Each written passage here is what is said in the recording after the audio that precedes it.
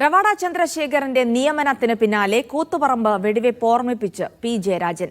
കൂത്തുപറമ്പ് വെടിവെപ്പിലെ പ്രതിയായിരുന്നു റവാഡ. പുതിയ ഡിജിപിയെ തീരുമാനിച്ചത് സർക്കാർ തീരുമാനമെന്നും പി ജയരാജൻ പറഞ്ഞു. യോഗേഷ് ഗുപ്തയെ നിയമിക്കാത്തതെന്തെന്ന് സർക്കാരിനോട് ചോദിക്കണമെന്നും ജയരാജൻ പറഞ്ഞു. കൂത്തുപറമ്പ് വെടിവെപ്പും റവാഡ ചന്ദ്രശേഖരനുമായിട്ടുള്ള ബന്ധം നോക്കുമ്പോൾ അദ്ദേഹം തലശ്ശേരി ASP ആയി ചുമതല ഏറ്റെടുത്ത് അല്പദിവസത്തിന് ശേഷമാണ് നവംബർ 25-ന് കൂത്തുപറമ്പിൽ വെടിവെപ്പുണ്ടായതും 5 സഖാക്കൾ രക്തസാക്ഷികളായും പിന്നീട് സഖാവ് പുഷ്പൻ രക്തസാക്ഷിയായതും. അന്ന് ജില്ലാ പോലീസ് സൂപ്രണ്ടായിരുന്നു പത്മകുമാർ. അതുപോലെ തന്നെ മറ്റുദ്യോഗസ്ഥന്മാരും ഉണ്ടായിരുന്നു.